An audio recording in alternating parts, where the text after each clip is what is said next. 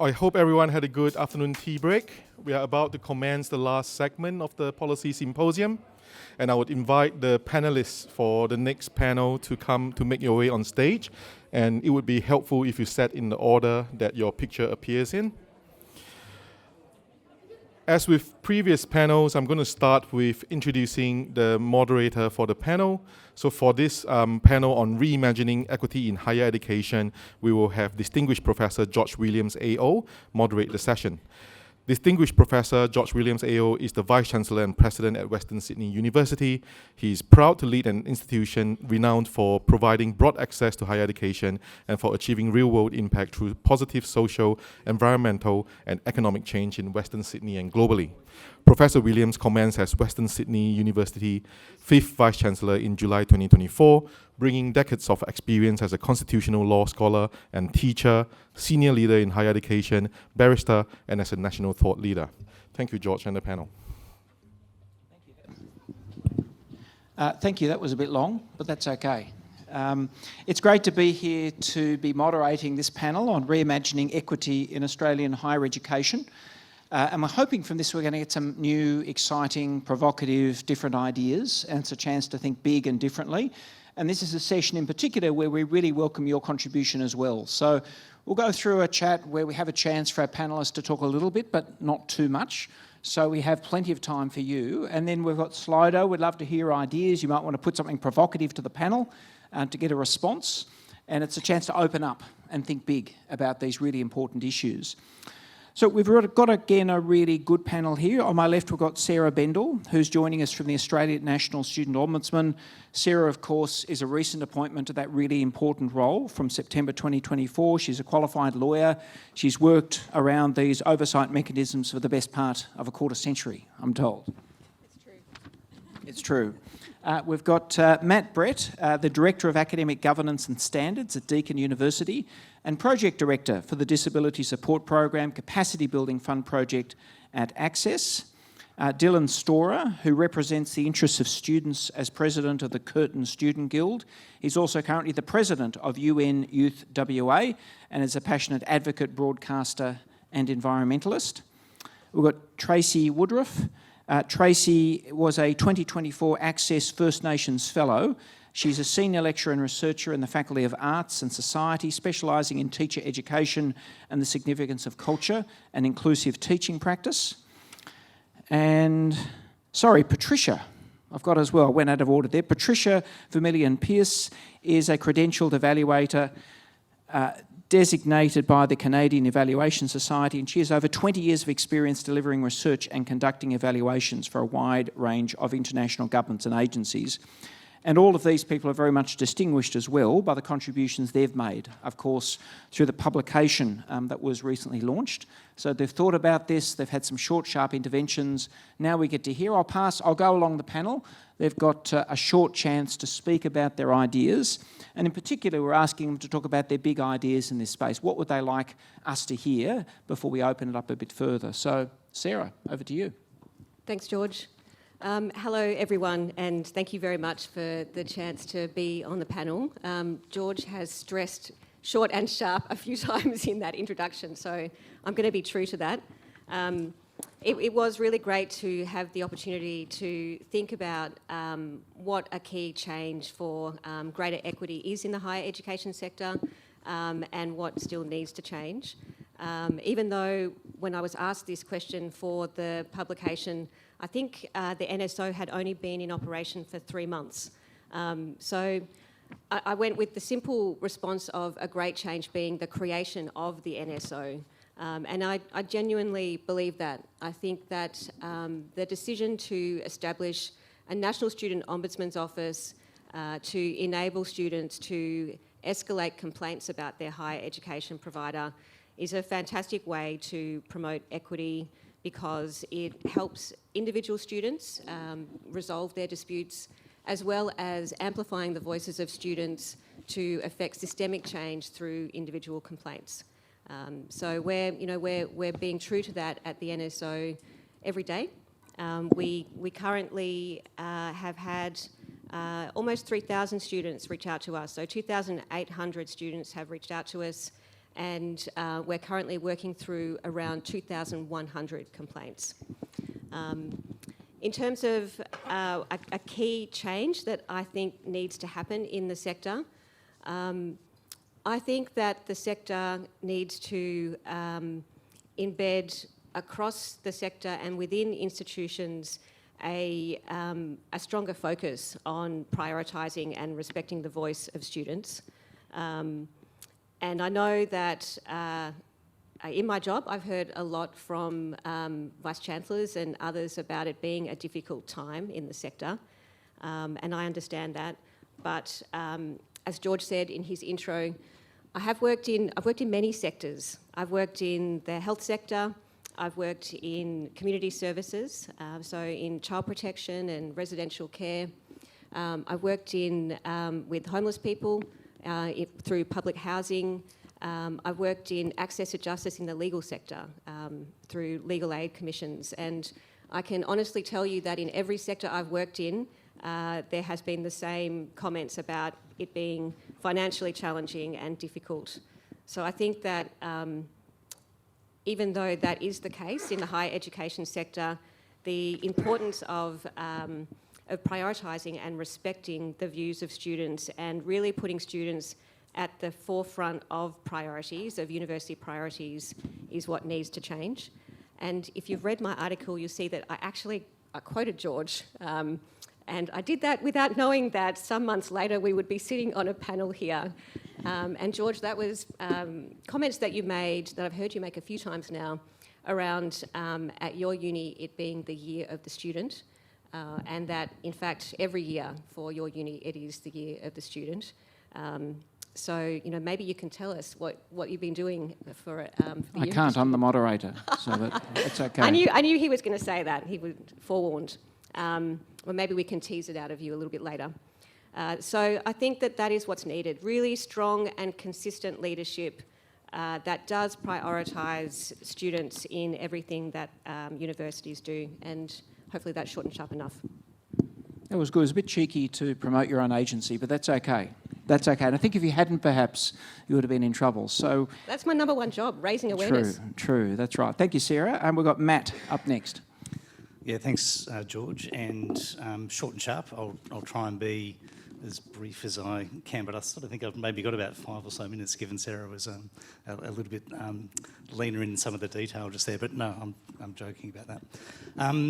So my piece in the Equity Insights publication is around disability, and I think one of the things that we discussed as a panel before coming in today is the extent to which we had sort of free licence to maybe be a little bit provocative about where we're at. And I think when it comes to disability, I think it's fair to say that we've had a long-standing problem for disability. It hasn't been recognised, it hasn't been counted, hasn't been valued. Students with disabilities haven't been seen. But it's changing, and I think there's a lot to celebrate at the moment. And I think the department, the Accord process, needs to be congratulated for the way in which they have recognised that the long-standing lack of, I would say, sort of dignified interest in disability as an issue in Australian higher education, that's turning, and it's turning pretty quick. And I think that's a real positive. And we see evidence of that pretty quickly already. One of the categories of complaints that's coming through to National Student Ombudsman already, which is pretty strong, is from students with disabilities. It's about reasonable adjustment. It's about special consideration, all the kinds of issues around disability. We're getting some really robust diagnostic information that we've got a problem as a sector that we need to do better with, and I think that's a real positive. In the piece in the Equity Insights publication, I try and contextualise disability in a context of social change and juxtapose disability with gender. And I think over the 100-year period that it took for the first female graduate to majority female representations, took about 100 years. 40 years on from that, we've still got massive problems as a sector around gender. We've got sort of Marcia Devlin at the back, and her great book, Beating the Odds, kind of talks about how that sort of plays out with gender kind of leadership in universities. We've got issues around gender-based violence, etc. These things take a long time to get sorted, and we need to speed things up. If you contrast that with disability, the first student with a disability in the sector was in 1891. It took 100 years to even come up with a official systematic way of being able to count disability. So I think if you think about the kind of progress that could have been made around setting up the structures, around building towards a more inclusive environment, we've got 100 years behind our gender in some ways. So we've got a lot to catch up on when it comes to disability. But we are at a really critical inflection point. Yeah, the Accord has been really positive. The NSO is a really positive development. The department has just quadrupled disability funding. That's a really positive development. But there's a few other things in play at the moment as well, which I think are worth drawing attention to. And it kind of speaks also to the complexity of higher ed and the complexity of the students that are sort of going through the system, because we've got a review of the Disability Discrimination Act. And I'll just kind of draw people's attention to a clause within the DDA that sort of says it's unlawful to develop or accredit curriculum that excludes students with disabilities or subjects them to any other detriment. And we've heard multiple times through students that have been on the panel over the last couple of days and in discussions in the breaks that students are inconvenienced every day. They are exposed to that kind of any other detriment sort of all the time. But we don't really have much by the way of accountability to be able to deal with that or respond to that. But I think that's where NSO can come in and really maybe help put a spotlight on speeding up the sort of process of highlighting where there's a problem and getting a more rapid feedback loop along those lines. And to the best of my knowledge, there's never been any complaint about any education provider around that question around approving curriculum that's exclusive of students with disabilities. So there's an opportunity to change that. And my call to action for anyone in the room that's interested in this is when the consultation goes live for the DDA and for the disability standards, kind of go in hard, put in a unified, solid voice to say we can and should be doing better for that. If we are looking at doing things better in that space, I would say one of the positive things that sort of came through with the funding changes for disability in higher ed is that we are now able to have reimbursement of our investment in universal design for learning. So that's a big conceptual change. What we don't have is much evidence around what elements of UDL are most impactful, how do we set that up in the most impactful way. And I think that's where kind of ACSES can come in and that sort of project that's been funded by the Commonwealth to help build the evidence around those kinds of things is a really positive step forward. And I'll close on this point just to say that in a context where the complaint mechanisms through the DDA haven't been activated particularly strongly, we've now got NSO, which will hopefully provide some more rapid sort of feedback loops. But we've also got a regulator, TEXA, that should be taking account of these things.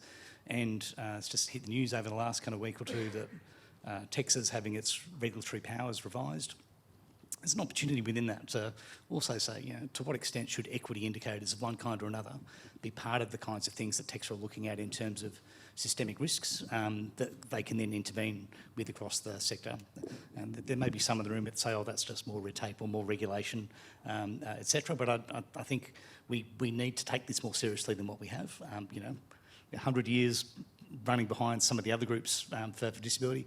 We've got a lot of catching up to do, and I think with that, we perhaps need to go a little bit harder around the accountability for those kinds of things, and I'll leave it there. Thank you. Thanks, Brett. And Dylan. Yeah, thank you. Following on from, I think, some of the conversations we had yesterday and today, particularly around the database and what sort of students that work, I thought I'd pull up a little bit of the data that the Curtin Student Guild has from our guild survey from last year. We have that during semester about 20% of Curtin students don't work, 56% work more than 10 hours a week, a quarter work more than 20 hours a week, 1 in 10 work more than 30 hours a week, and 1 in 20 work more than 38 hours a week, with 51% of students being in casual employment. And generally speaking, casual employment means pretty insecure employment as well. So that's just one of the things. I mean, guild satisfaction is also higher than the university satisfaction, but I'll leave that at that. We'll just, keep that to one side. I think as a sector, universities need to stand up for the ideals that we all want to embody. I think for too long we've been willing to just accept what's given to us by government and not to actually defend and sort of put a flag, stake our claim for where we want to be. What I'd love to see out of this sector is that we join with other sort of civil society unions and the like as well and actually pursue changes to income support for students, because I do think that's the largest equity program that exists. It's far beyond the scope of what any individual university can do, but this can be a large universal program that can actually benefit students. When students don't need to worry about necessarily working to put food on the table, they can actually focus on studies. And your academics will be happier because they're rocking up to classes more and they're engaging in class more, and we're doing more of that stuff. So that's something that we really need to focus on and we need to stake our claim on and actually work together on. I think sort of the context from where things have happened is I think we've been, university sort of admin people have been too happy to sort of let other organisations take on the brunt of that work. I think paid placements is a big one. It took a long time for universities to get behind that idea, and it took a hell of a long time for student unions, the National Union of Students and other civil society organisations to push for it. And now we've sort of taken a realistically sort of a quarter of a step the way towards where we need to be. It doesn't reach everyone, it doesn't fund international students, it's administered through the university, not through the social security system. There's a bunch of problems with it. But it's a step in the right direction, and this is a big thing and a great step in the right direction for equity. But could you imagine if we had all got on board and said, oh, actually this is a good idea, not, oh, is this going to be awkward for me when I meet with the minister? So I think there's a lot of difficulties in that front, and we need to actually stand up and work together a little bit more. I think that overall the goals of what we purport to want for universities align pretty much exactly the same with where we're at with where the student unions sit, where staff unions sit, but ultimately it gets bogged down because we're a bit afraid of wanting to stake our claim and wanting to actually do things that are in the best interest of our overall sector and for students and staff. I do think it's interesting having conversations about equity and inclusion at the student level when we're in a situation where many institutions are cutting jobs and in institutions that are not cutting the paychecks of the VCs. Sorry, George. And I think it needs to come from the top. I think that there is a level of bloat at the top, and there is a level of disconnect that comes with it. And I think that the further people are disconnected from reality and the coalface, it leads to bad decisions. And not just bad decisions, it leads to that erosion of trust that happens. So if we're going to let that happen, this is what's going to cause this sector to eventually kind of eat itself. If we're not going to stake our claim, we're not going to push back. We're not going to eat a little bit of humble pie in some areas and say maybe we went a little bit too far on that. Maybe we do need to listen to students and staff a little bit more at that core governance issues of the universities. But we also need to push back and say, well, in order for us to have the resources to be what this current government is saying we want to be, what students say we want to be, what the Universities of Australia is saying that we want to be, we need to actually push back and say these are the things that need to happen at a large policy framework. So more funding, absolutely. Better funding and better focus on income support for students. You're actually getting a long way there. And then we can have these discussions about tracking USIs and the intricate sort of data points. Overall, like if we're just going to track our decline if we're only going to focus on that and not these big sort of structural issues. So yeah, I mean, it's the economy stupid broadly, but you know, like that's kind of where we're at. And we as a sector need to acknowledge that and not just look insular and actually look out and stake our claim and push and move forward. And I think we'll be able to achieve some pretty big things. But yeah, I'll leave it at that for the moment. Yeah, thanks very much, Dylan. Some good, you had a number of good ideas there, including stopping the VC bloat, amongst other things, which I certainly support. And can I say, remember, this is audience interaction too. So we're asking our panel to come up with at least one good idea, or in Dylan's case, a number of good ideas. But what you can do on Slido is put them in. You could say, how about this, how about that? Give us an idea. What would you like to see happen? What's your big idea? We can upvote, downvote, see what people think. And we'll also get panel comment on as well. So just a reminder that we're keen to hear your ideas as part of this as well before we open it up further. I'm going to pass on now to Patricia. Thanks, George. I was told I was given 5 minutes to be provocative. I'm going to take up those 5 minutes, if that's okay. Just going to contextualise where I'm coming from and where the piece came from. So I'm originally from Pennsylvania in America, but I started my professional career in higher education. I left that a couple of decades ago and I started working for government as a consultant, primarily doing evaluations. And the types of questions that they were asking, like government officials, were, does this thing work? And they wanted to know for very specific reasons, because they were being held to account for public spend. But I also worked with the officials delivering the things that were trying to improve equity. They had different questions, as well as the people, the beneficiaries that were supposed to be receiving these initiatives and benefiting from these initiatives. They also had different questions. Their different questions weren't because their evidence values differed. It's because the points of decisions that people can make vary with the types of information that they need. So I want to talk to you a little bit about evidence today. And I want to park that idea in terms of the different players in higher education, because we'll return to that in a few minutes. Now, provocative nuggets. 17 years. That's how long it takes for evidence-based practices to be embedded into regular clinical practice. And that's the health system. The health system is a field well advanced in terms of evidence generation and translation for clinicians. So what does that mean for higher education, where we're still grappling with evidence, values, and approaches? I was reading some of the comments on Slido today. Is an approach ethical? Do we need to do it? Can't you just trust me? Who should collect it? And all this while we're still building our evidence base. So 17 years. I don't think any of us want to wait 17 years to see more equitable outcomes. But higher education is built on hierarchies and entrenched values. I'm going to leverage some of the things that you were saying. Research is our currency, and it's traded in beautifully formed technical reports in esteemed journals. And who doesn't love a good technical report? Apparently most people who aren't academics, surprisingly. But here's the deeper issue. Some have the privileged position of producing research as their job, while those people charged with achieving equity and improving equity don't. So it's the time available for us to produce that evidence. That makes evidence generation in itself a point of privilege and often excludes the very people who need it most. In a system driven largely by non-academics, maybe this isn't good enough. The good news is we're not starting from scratch. We have an incredible infrastructure already around us. We have linked data sets like PLEDA.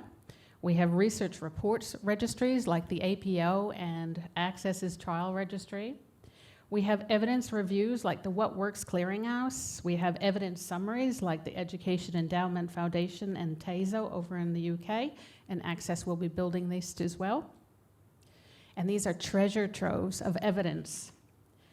But for those of us with day jobs, they still feel too far away from daily decisions.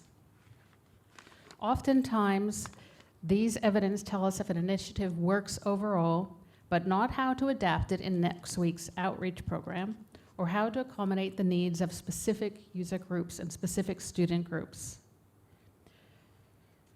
So what do we do? Well, there's a few things that can support the major change in terms of equity, and I've got to turn my page. The first thing is we need funders and researchers and practitioners as partners. Evaluation, and we've been talking a lot about data and evaluation and evidence. Evaluation is a very nimble practice, surprisingly sometimes. With the right design, we can answer questions for funders, policymakers, and practitioners alike. That's what good evaluation does. It serves multiple users. Even if you're predisposed to a specific method, like randomized controlled trials, they're surprisingly nimble as well. But that only happens if people on the ground have a seat at the table to form those questions. We have to answer the variety of different questions that are asked by different players in the system that can affect change. We need evidence synthesis as a system steward. Evidence summaries must serve decision makers and delivery teams, not just telling us whether something is worth funding, but evidence about the effectiveness of how it's best delivered and for whom. And our evidence can't hide behind a single statistic. What works for 10,000 people, that's a lot of different people in there. Mathematically, smaller numbered equity groups are hidden amongst this overall statistic. Next nugget, what works for all does not work for all. We as evaluators must dig into the overall averages and ask, who is it working for, who is it not working for, and most importantly, how does that matter for equity? And we need to travel last mile. What I mean for that is we still lack ways of sharing evidence that practitioners can act on. In terms of actioning evidence, we have to build the system around the intended users so they can access the right evidence according to the decisions that they make when it's needed. This is very different from simply making information available, something that higher education is very good at. Equity depends not on knowing what works, but making sure that useful knowledge travels the last mile into the hands of those who can make change and act on it. Because equity isn't achieved by reports, it's achieved by people. Okay, am I up next? Yes, you certainly are. Thanks, Tracy. Sorry about my exit earlier. I'm battling with a cough, so please bear with me. It's a pity because I love a captive audience. Suppose that's got to do with the teacher in me, but hey. I just wanted to say that, first of all, I'd like a show of hands. Who actually read my article that I wrote? Not too many, hey? Then it doesn't matter if I go off script. All right, so I do have my three major points that I'd like to raise. I'm going to be a little bit more brief. I'm known for being a little bit more blunt, so I hope you'll bear with me, but I know that most of the Indigenous people or First Nations people in the room will understand exactly what I'm talking about. It might take a few more minutes for non-Indigenous people to catch on, but we're all working together in this, aren't we? So that's the point of the panel, working through the big problems. The first thing I'd like to talk about is the fact that we need a less fundamentalist approach to higher education. We need one where the beliefs and knowledge of many people are included rather than minimised and excluded. And that's what we have at the moment. We're told that this is higher education, this is the knowledge that everyone should know and learn, and this is the people you should cite in your journal articles. This is how your research application should be written. And if it's not exactly within that structural format that we're given, it's counted as wrong, it's discounted, it's minimised. And so your knowledge is minimised and your engagement in higher education is limited. Why do we want such a limited view of how we know the world?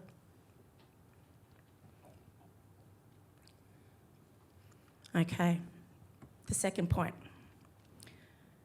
A major urgent change should be to improve pathways and participation and incorporate Indigenous perspectives into messaging about the relevance and potential of higher education study. It's assumed, or the Academy assumes, perhaps, that everyone is aiming to study in higher ed, or that everyone even knows what higher ed is and the purpose of higher ed. That's not true either. So maybe we need to actually find out what First Nations people think about higher education and use some of those perspectives and understandings to then reshape how we encourage more people to be engaged. And then the last point, the strategies and level of change for First Nations engagement actually varies from one institution to the next. So where's the accountability? You know, it's easy to take some practical examples or anecdotes from that when you just think about the Indigenous employment in higher ed. If Indigenous people don't want to stick around and be employed in higher ed, or maybe they're not being given the opportunities to be employed, be recruited, be promoted, be encouraged, how do you think the students, the First Nations students, are going to want to engage in such a system when they can't even see themselves reflected in it? So I think I'll just stop there, but thanks very much. Thanks, Tracy. That was great.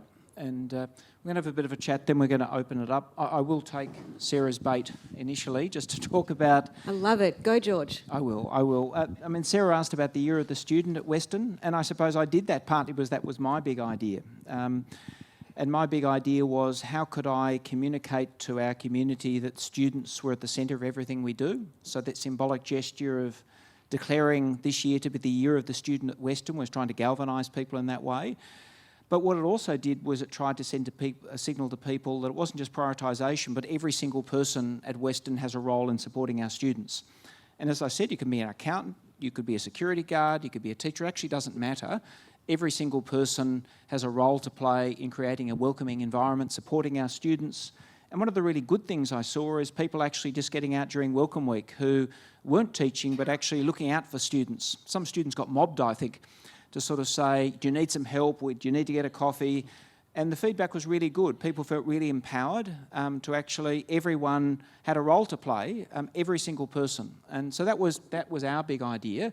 And the other part of that was just unleashing people really, almost giving people permission, which you shouldn't need in a university, but breaking down those barriers, particularly for professional staff who don't feel as if they're student-facing. My message was every staff member is student-facing, every single person. So how can you contribute? And as Sarah indicated, well, next year will be the Year of the Student as well, every year at Western, to keep that going. So we've got some really good questions coming through, and I will go through those in a moment, and I'll ask for the panel's responses. The first thing I wanted to ask the panel about was, I mean, we've talked a bit about putting students at the centre. I mean, that was a key theme of Dylan, listening and the like. And we've talked around this a bit, but I'm just wondering, I mean, what are the practical things you would like to see that actually would demonstrate as a university and as a community, we're actually moving from talking about putting students at the centre, which we tend to do a lot, to actually doing it and meaningfully actually shifting cultures and organisations so that we are genuinely the student-focused bodies that we aspire to be, but our students so often tell us we simply fall short in achieving. So interested in any thoughts on that question? I've got a couple. Yeah. This one, probably, again, self-interested, but I would really love to see complaints handling functions maximise the potential to continually improve on the back of a complaint. I'm not sure that is happening as much as it could be happening in the sector at the moment. You know, so I mean, for example, if a complaint comes through that, you know, for example, a disputed debt that a student has where the debt's been on-sold to a debt collector when it shouldn't have. In addition to, and yes, that is outrageous and that should not happen, in addition to fixing the situation for that one student, what is the university doing to make sure that doesn't happen to any other students? And how is the university tracking that? So I think that there's real potential for universities to be more committed and more creative with how they use complaints handling. Because imagine if you kept a register of all the improvements you were making on the back of a complaint, and you made that transparent to students. So maybe there's one thing that happened that was significant. Maybe George, at Western, this happens and you actually communicate, maybe as you do on TikTok, to explain what you've done about this.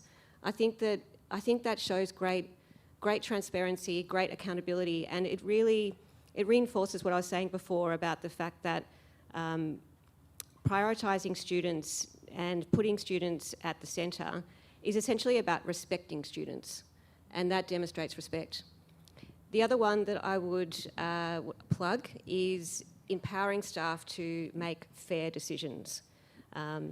So, universities are places where there's always a policy and a procedure for everything. And what I've noticed through complaints is that sometimes that policy and procedure in a unique student circumstance results in a manifestly unfair outcome. And what would be great is if staff that are making decisions on the basis of policies and procedures are freed up and empowered to put their hand up and say, actually, this policy is resulting in a really unfair outcome. I think we need to do something about that. Okay, so fairness and proper handling of complaints. And I know from my own experience, a well-handled complaint is a real catalyst for change and building trust and faith in the system. Anyone else? Yes, please, Brett. I might draw upon a paper that myself and Tim Pittman drafted a year or so back, where we used the kind of idea that a lot of students with disabilities are getting individualised learning access plans or regional adjustment plans, education plans, whatever they may be called. And by their definition, they kind of other the student, they kind of make them feel different, they've got to sort of ask for extra things. But I think what we should be doing is doing that at scale. Every student in the sector should be having a structured way of being able to say, this is who I am, this is how I learn best, these are the kind of things I've got going on in my life. And that would allow universities to be able to use that sort of metadata to sort of better design structures and curriculum, etc., and start to personalise learning experiences to the students that they have. That's pretty hard. It's big systems and whatnot, but we've got the technology. We've got the $6 million man with Gen AI. We can go better and faster with these things, and I think that's a big idea that's kind of worth pursuing around how do we get personalised learning at scale. Yeah, thank you, Dylan. Yeah, look, I think it comes back to all the different levels of university decision making.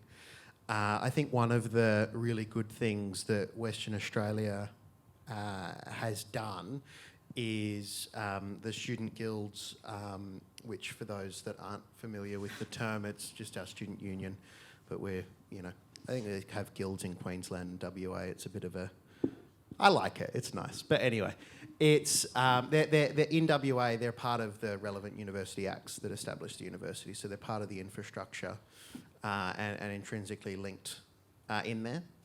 And over time, that's led to a lot of great things in terms of our involvement on university committees at a level that is higher than what a lot of my counterparts in other universities in the country have. So I meet with the Vice-Chancellor monthly, and I talk to counterparts in other student unions around the country, and they say, we get to meet with them once a year maybe, if they're in a good mood for half an hour. I'm like, that's okay, that's great. There's this notion that student unions are sort of unprofessional bodies, that we're, a bit rowdy, and that we just need to be managed. And I think it's okay to be a bit rowdy. Like, we're universities. We're not Woodside. We're not Rio Tinto. We're not these nice polished institutions. Like, we're going to be universities. That's what we are. So being a bit rowdy, having staff disagreeing with students and staff disagreeing with staff, and in a nice, respectful, it's robust. That's what we're about. But I think that the sort of PR talk has come in where we've got to be managed. That's something that I think we've managed quite well in Western Australia because of our sort of protected status in our respective legislation. There's a few more hoops to jump through if we want to cut us out of the room.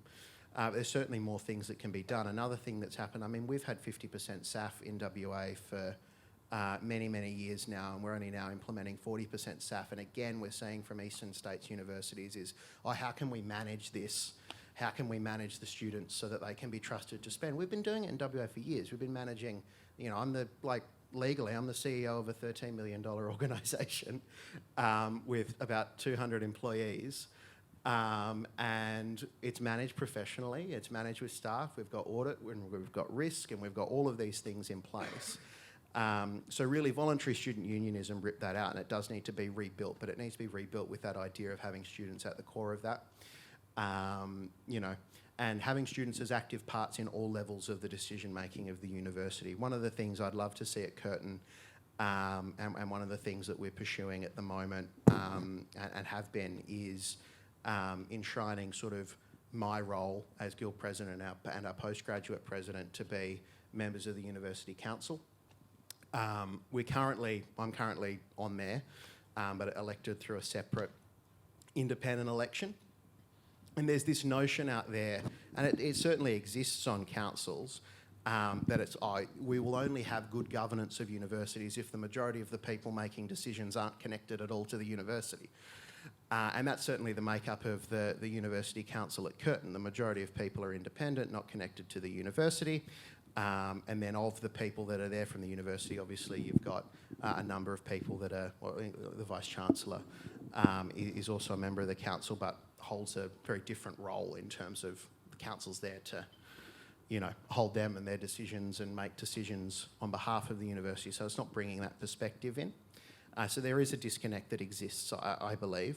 And I think putting that back to having more elected positions from the community at large, at staff, students, the broader university community, like I think, having alumni, for example, represented, which is what happens at Curtin, but having that be the majority of the council, having more opportunities for people to sit down with sort of through non-filtered opportunities to really engage and sink your teeth into academic policy and all of these kinds of things would be beneficial. And then to replicate that at all of the relevant committees. So I do think that Curtin has done a lot of great work in that. There's obviously a long way to go. But if that was to be replicated, even what's been achieved at Curtin in every university, I think that would be a great thing. And I think that it would actually just allows people to sort of be grounded a little bit. I've got a level of independence that a member of staff doesn't.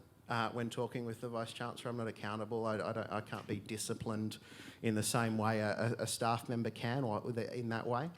So we can bring different things to people's attention. And that doesn't need to be disrespectful. It doesn't need to be rude. But it does need to be sort of frank and independent. And sometimes there's things that just need to be brought up because no one else has brought it up before.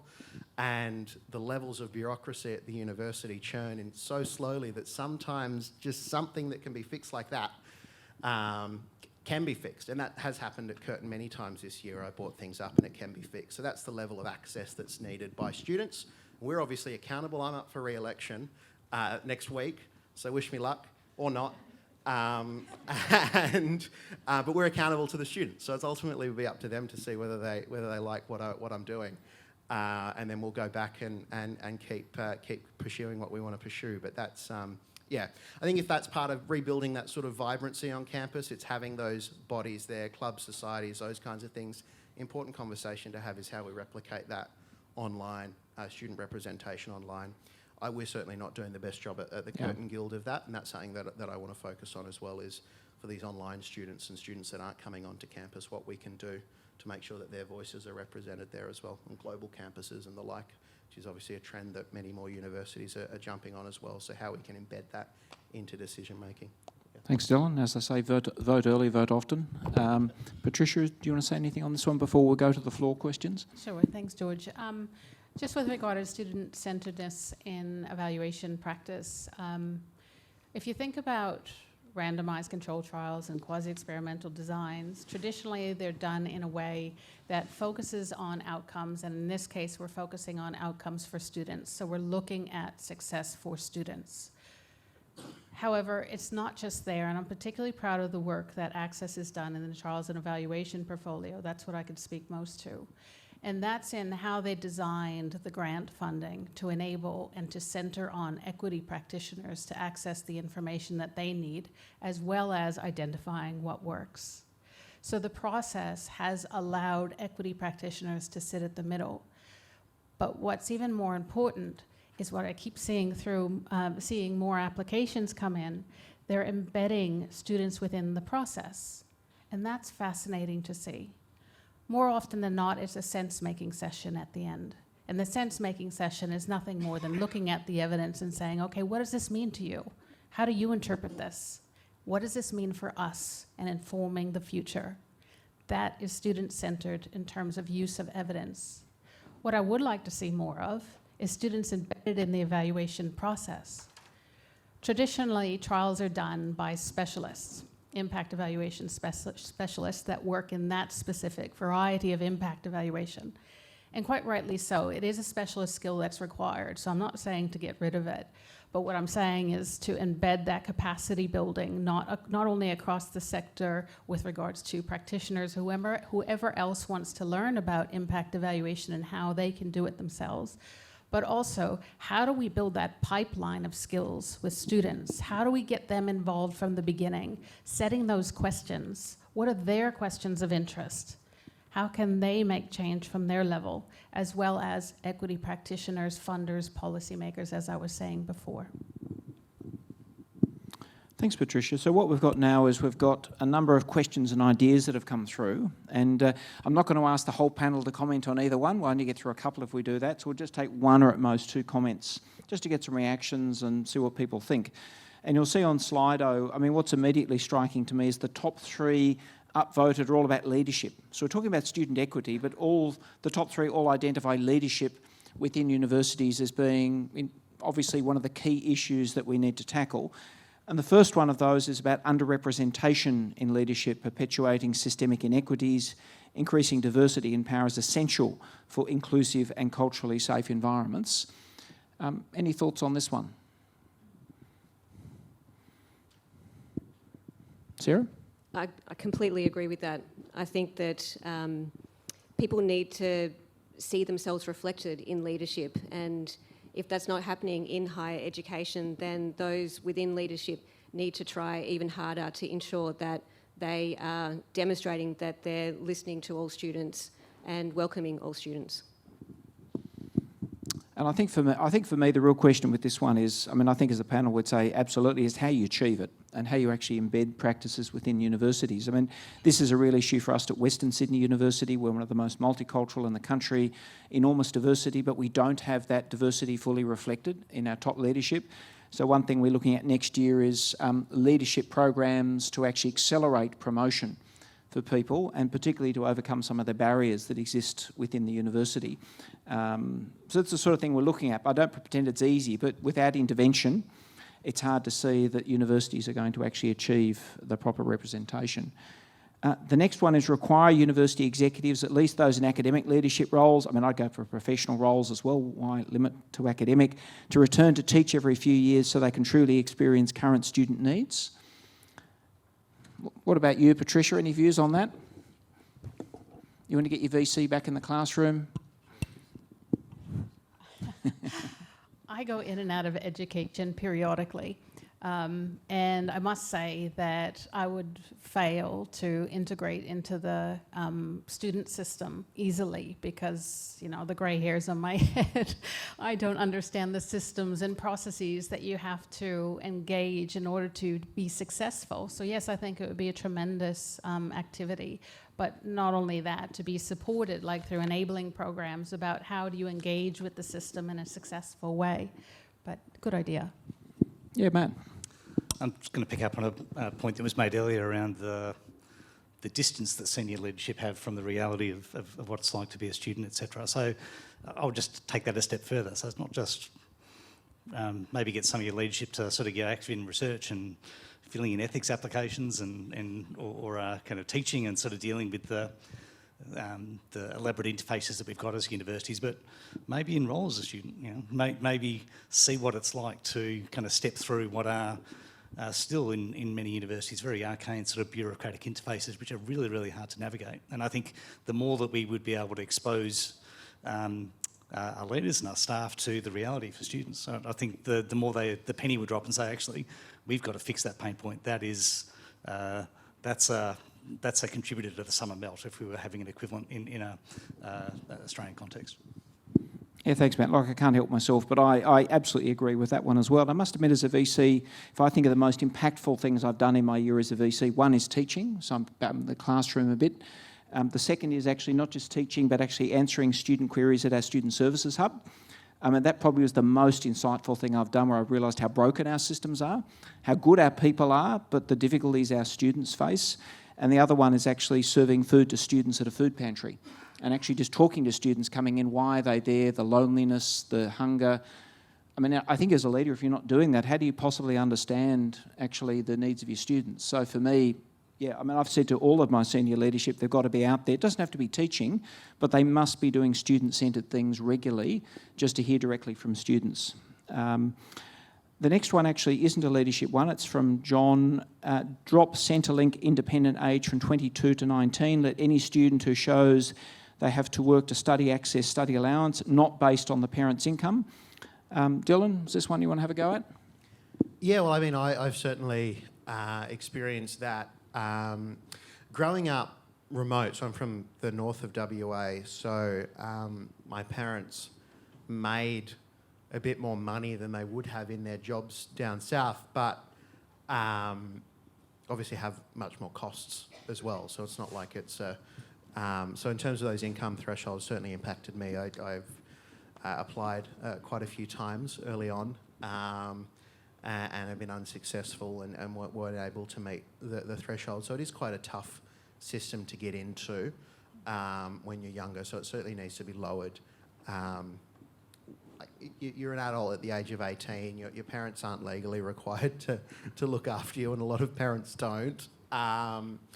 And we essentially kind of also, for parents for students, for people whose parents don't look after them or aren't going to contribute beyond that stage or haven't been particularly present in their life, and we've got the students that want to go and study and educate themselves, the amount of hoops you have to jump through to prove you're independent can be quite dehumanising and demoralising as well, and would just turn people away. So there'll be a lot of potential students out there as well that haven't come, haven't taken on any form of higher education because of how that system is sort of stacked against them. So I'm a big believer in sort of strong universal systems, not sort of have something strict and then have, you know, carve-outs for people and they need to sort of prove and means test.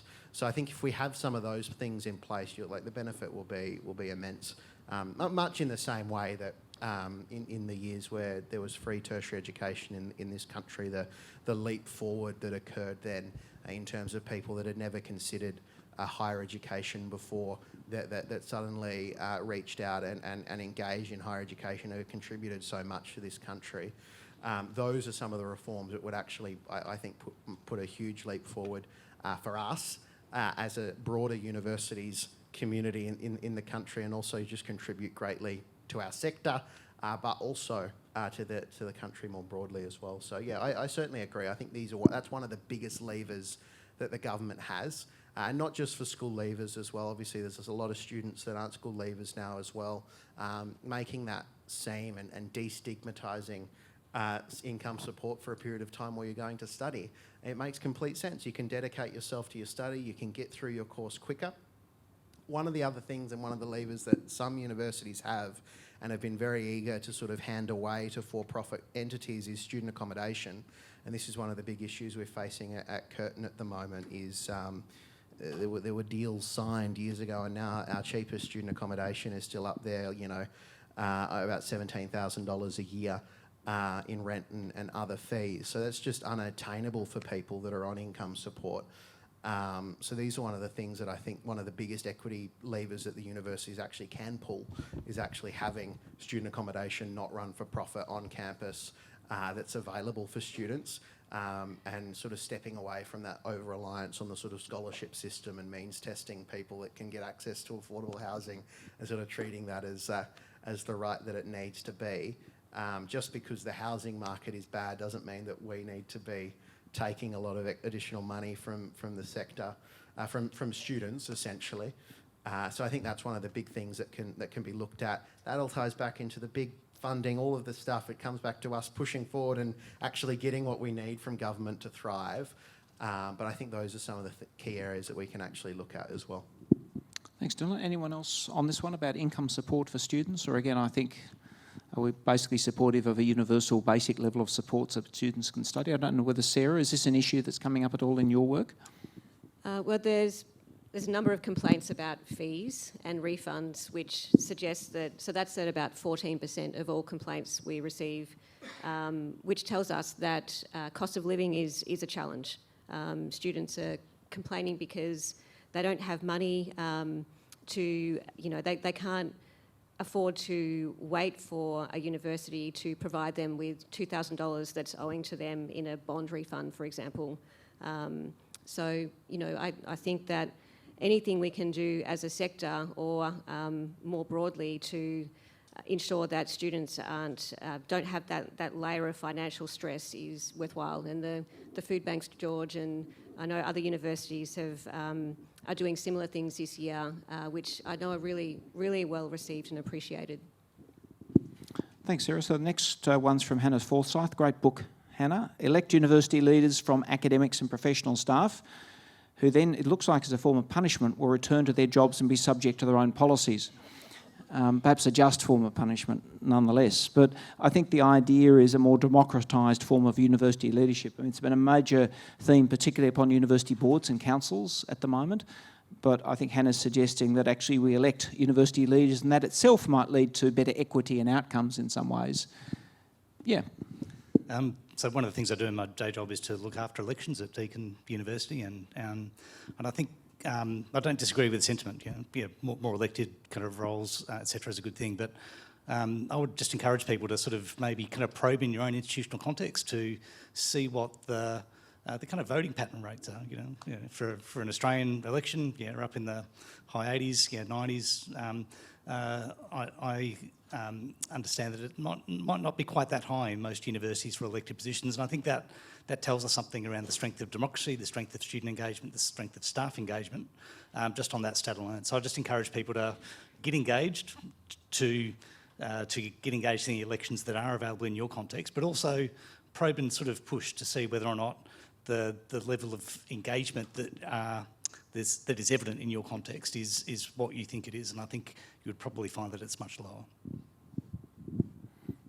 Yeah, thanks, Matt. I must admit on the election one, I can see the merit, but I'd say be careful what you wish for in this area as well. I just worry about whether we get too much politicisation within universities, whether it be for boards or leadership positions. But the next one we've got might be for you again, Matt. We should move from pseudo-individualised adjustments to non-disabling systems, especially universal design and admin systems, more important than UDL. Yeah, I think we've heard a lot over the last couple of days just around how clunky our systems are. Systems don't talk to each other. Data's structured in different ways.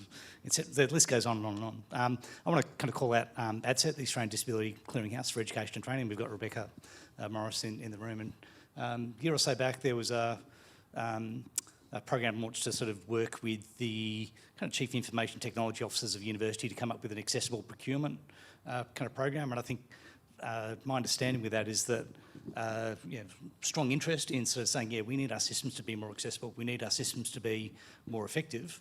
A lot of people signed up to that, but the implementation is a bit tricky. And I think that comes back to the accountability question I was saying before. To what extent do we have strong incentives or strong levers or strong accountability to make sure that our systems, that our curriculum, that our assessment, our enrolment processes are, all the other kind of things that are part and parcel of a university are as accessible as they can be, not just in terms of accessible design, but user experience, etc., etc. And I think I would be hard, if there is a university here in the room today that sort of says our systems are awesome and fantastic along those lines, please speak to me because I want to know what you're doing. Thank you. And the next one's about decolonising universities. And Tracy, I think, has left us because she's not feeling well. We'll come back to that one again to give her a chance to comment on that one. So I'm sure she'd want to, but I'll hold off on that one.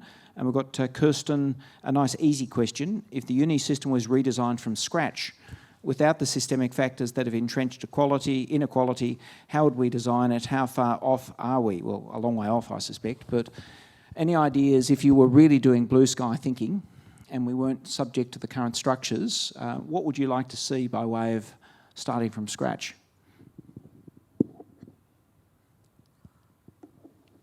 Well, we definitely have a diversity of leaders. I think we've learnt that that's important.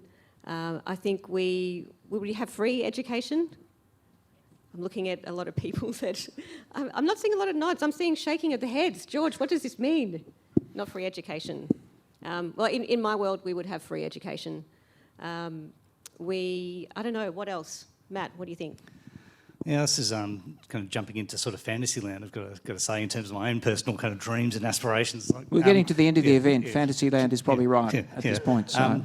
I think there's our current system is dominated by really large organisations that are really hard to change and really hard to sort of move. And I think if we want things to be radically different in Australia, I think there is a sort of question there around whether or not we need new institutional forms. And I think if I win Powerball next week, whatever it is, I'm going to Texas and I'm setting up a new institution that will do just that. And you just have to watch the space as to what that's going to look like. Yeah, Patricia? Coming to this as an evaluator, I'd be looking to set up the system alongside a good monitoring and evaluation framework. So how do we link up the data to understand our success at various levels of success across the system? So student outcomes, of course, but how relevant is the system for the different people within the system? Other people might have questions about how efficient it is. How efficient is the system in terms of those delivering? And then you can start getting into effectiveness and impact. But it's sort of, we sometimes skip those initial components. We're not going to achieve impact if we don't actually see relevant systems and activities in place. We're not going to be able to afford it if it's not efficient enough. So we need to think about these broader sorts of questions. So if I was resetting up a system, I'd be developing the framework from the outset and then setting up the measures. And as the previous panel had been discussing, lining up a way that we can capture that information in a systematic way and use it as we are delivering.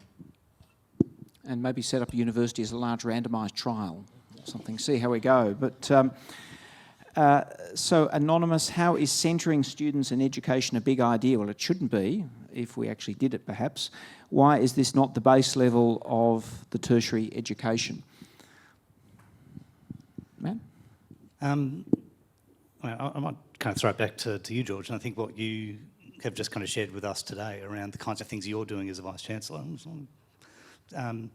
it's fantastic. But why is that unusual? You know, why is that distinctive? You know, we heard from a VC yesterday that spends time with their primary school kids, kind of, just kind of answering sort of questions, etc. You know, we should be, I think, trying to find ways in which we connect and engage leaders of organisations with their sort of key kind of client base, whether that be prospective students or students themselves. And I would guess that wasn't something that happened at the University of Sydney at your last university. There wasn't that same level of focus on students. And I think this is where the last question around what kind of institutional form would we want to have. And I think setting up by design institutional structures that do place students at the centre from the very get-go, from their sort of foundational constitutional documentations and policies, would be a radical departure, because right now foundational kind of documents of universities across the sector kind of push universities in so many different directions that it takes them away from their sort of core purpose around teaching and learning. So maybe I'll give you a provocation. I mean, one thing I've learnt from the sector is almost everything we do in universities is not designed around students at the centre. And I mean, maybe you think that's unfair. I look at our systems, how we choose our courses, income support. I mean, we have a system that's designed almost completely without students being at the centre. In fact, almost all the incentives are non-student driven, which is why we have so many problems. But I mean, that'd be my perspective. That's what we're trying to change. But, I mean, Sarah, what do you see from your perspective? Because you're here to put students at the centre, but in some ways it looks like you're really running against the grain of how the sector has grown over many, many decades. That's exactly what we're seeing. We're seeing the individual stories of students that are coming up against exactly the barriers that you're talking about. The most common thing we hear from students in all the different categories of complaints and all different students is that they don't feel heard and they don't feel listened to, and that the university experience feels transactional. So I think that's the byproduct of where, to some extent, the sector is at the moment. You know, it has been built up in a patchwork way over decades and decades, and the students that suffer the most from that are equity students. So I think it is, you know, it's easy to sit up here and say that we need to place students at the centre. I know that, and it's easy to say that we need strong and consistent leadership. I know that, but it's true. This is what we need. You know, one of the students yesterday, Lachlan, was saying that he thinks universities need to just choose a few things, just prioritise, just genuinely prioritise. And I think that's part of it. You know, I think sometimes coming into the sector, it seems like there's so much for each individual provider and across the sector to think about and to grapple with, that I think that what Lachlan says is actually really important and true, that if part of leadership is prioritising, you know, it's saying we can't do everything, so we need to prioritise a few things, and whatever we choose should be evidence-based, of course, and should be things that are most important for students. Yeah, thank you. And look, I might actually segue to another question, which I actually put in there as a cheeky one. How about we make university easy for students? Because for me, I've been really struggling with this question. How do we actually put students at the centre of the things we're doing? And for me, the most simple thing I can do as a Vice-Chancellor is just break down the barriers and just make it easy to study. Because to be frank, it's dreadfully difficult to enrol, to change between courses, all of these things. And if I think about equity, the best thing I can do is just break down those barriers, because equity students are the ones who suffer most from university being hard. So that's the goal I'm setting my stuff. Just make it easy, make it straightforward to study. But that is enormously difficult, because the question we had earlier should be students are at the centre, but in fact they're usually not. So breaking down those is quite fiendish, actually. It's taking us a long time. You could listen to complaints, George. Yeah. You could really drill into your complaints data and find out what those key barriers are. Yep, and we will do that. Thank you about facilitating more panels. Happy to do that. I'm for hire, a very reasonable rate. John Phillimore, will the NSO draw broader structural lessons or recommendations from their dealings with individual complaints? Oh, thanks, John. Yes, we will. So we have an individual complaints handling function, which that's the main one we use, but we also have formal investigation and systemic investigation functions, both of which come with the usual powers that you expect of an ombudsman. Ian is holding up the 5-minute sign, so I'll make it quick. The short answer, John, is yes, we will be doing that. We will also be trying our best to mature our reporting function so that we're helping providers understand what we're seeing through our data so they can proactively improve. Thank you, and I understand Tracy's not coming back to the panel because she's not feeling well. So I just want to check if anyone wants to comment on the one at the top, we need to decolonise universities. Matt? Yeah, I think one of the things coming out of the Accord is kind of reaffirming a sort of strong sector-wide commitment to the status of First Nations people in Australian higher education, and the work to do that is I mean, I spoke before around the sort of the kind of 100-year sort of lag time that we had with disability in sort of counting. We've got 200 plus years of damage that we need to sort of work through in terms of reconciliation with Indigenous communities, and I think that's deeply embedded in what we do as a sector. So I think we need to decolonise, but I think the way in which we do that, we've got to have that done in such a way that respectfully engages with our Indigenous communities and humbly kind of recognises that that our literacy and our knowledge around the kinds of issues that are being dealt with and confronted by Indigenous communities is we are tip of the iceberg in terms of what we currently know and what we should know, and that's part of that decolonialisation process to fill that gap, and to right the wrongs historically that have that are to still to some extent sort of occurring day by day. And I just kind of say that with it's only like a week ago that we had kind of national socialists kind of marching through all our cities and trashing an Indigenous camp in City, Melbourne. This is terrible, awful stuff that's sort of going on. It's still going on. We need to do better as a country, and higher education plays a big part in being able to address some of the wrongs that are going on. Thank you, Matt. And I'll take the next couple of comments because we're coming to the end. Hannah's having another go. Ensure class sizes and academic workload policies help humans, not just robots. Build authentic relationships between teachers and students and between students. Thank you. Great comment. Anonymous is having another go. We've heard so much about diversity and leadership. It's not just about barriers, but the actual giving up of power for those already in these roles. And then there's a question, what can we do to weed out the deeply entrenched archaic hierarchies within universities when leadership benefit from the status quo remaining as it is? I don't know when anyone wants to have a go at that one, the short time we've got left. Yeah, please, Dylan.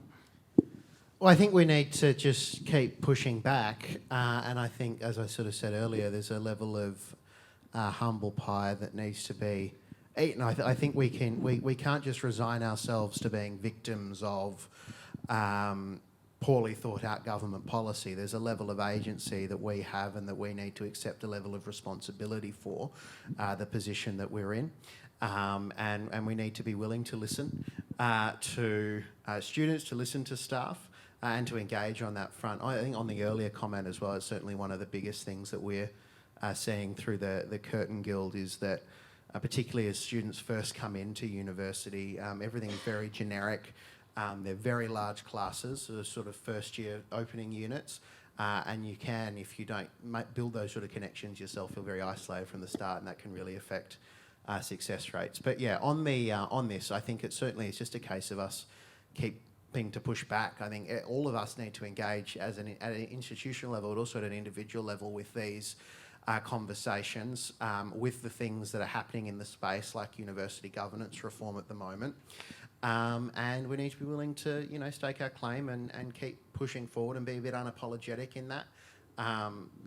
The future of the university sector isn't going to forgive us if we say, oh, well, it was a little bit difficult at the time, so we just decided not to pursue that. We kick that one down the road. Take it on head first, and let's actually, do something that we're proud of, and overall, push this sector and this sort of community into the future. And we're so critical to this country's success that we need to just eat that humble pie. Admit that there are some things that has gone wrong, admit that a lot of what we do at the moment isn't fit for purpose in terms of that structure and those hierarchies and the decision-making processes, and just go forward and take it on and have those tough conversations. And we're not going to get everything right to start with, but that's the beauty of it. We can try things and we can fix things along the way, but it is better than being stagnant and sort of just wanting to defend the way it is, because it's not going to work moving into the future. And there's a lot of exciting stuff happening in that space, but it's a case of moving that from sort of the periphery, but right into the centre, and I'm really excited to see where that goes. Look, thanks, Dylan. We're coming to time. I'll just acknowledge a few. There's some strong comments there about the need for First Nation students requiring elders and peers in their transition, and universities assisting that to happen. Secondments, university staff and students between Department of Education and universities, more mobility, professionalised academic advisors, not just course directors who know their courses, democratic universities, which has been a key theme in terms of leadership and other aspects.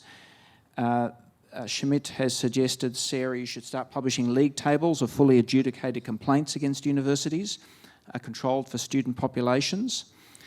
There's also support for access to more widely disseminate the outcomes of trials and evaluations. There is a strong point about the impact upon students when teaching workloads are being squeezed alongside massive job cuts.